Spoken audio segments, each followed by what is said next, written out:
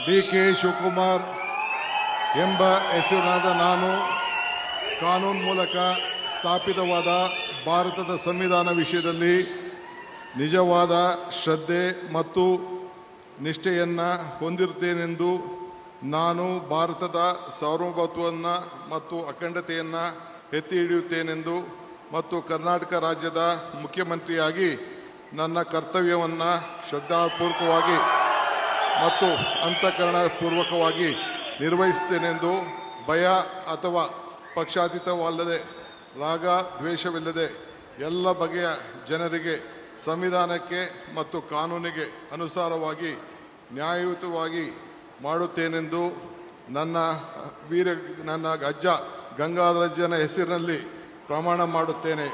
ಶ್ರದ್ಧಾಪೂರ್ವಕವಾಗಿ ಪ್ರತಿಜ್ಞೆಯನ್ನು ಮಾಡುತ್ತೇನೆ.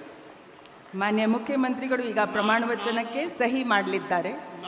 ನಾನು ಡಿ.ಕೆ. ಶಿವಕುಮಾರ್ ಎಂಬ ಹೆಸರಾದ ನಾನು ಕರ್ನಾಟಕ ರಾಜ್ಯದ ಮುಖ್ಯಮಂತ್ರಿಯಾಗಿ ನನ್ನ ಪರ್ಯಾಲೋಚನೆಗೆ ತರಲಾಗುವ ಅಥವಾ ನನಗೆ ತಿಳಿಯದೇ ಬರುವ ಯಾವುದೇ ವಿಷಯವನ್ನು ರಾಜ್ಯದ ಮುಖ್ಯಮಂತ್ರಿಯಾಗಿ ನನ್ನ ಕರ್ತವ್ಯವನ್ನು ಮುಕ್ತ ನಿರ್ವಹಣೆಯ ಅಗತ್ಯವಾಗುವುದೆಂದು ಸಂದರ್ಭದಲ್ಲಿ ಅಲ್ಲದೆ ಅನಾತ್ಯ ಯಾರೇ ವ್ಯಕ್ತಿಗೆ ಅಥವಾ ವ್ಯಕ್ತಿಗಳಿಗೆ ಪ್ರತ್ಯೇಕವಾಗಿ ಅಥವಾ ಪರೋಕ್ಷವಾಗಿ ತಿಳಿಸುವುದಿಲ್ಲ ಅಥವಾ ಬಹಿರಂಗಪಡಿಸುವುದಿಲ್ಲ ಎಂದು ನನ್ನ ಅಜ್ಜನ ವೀರ ಗಂಗಾಧರ ಅಜ್ಜರ ಹೆಸರಿನಲ್ಲಿ ಪ್ರಮಾಣ ಮಾಡುತ್ತೇನೆ. ಶ್ರದ್ಧಾಪೂರ್ವಕವಾಗಿ ಪ್ರತಿಜ್ಞೆಯನ್ನು ಮಾಡುತ್ತೇನೆ.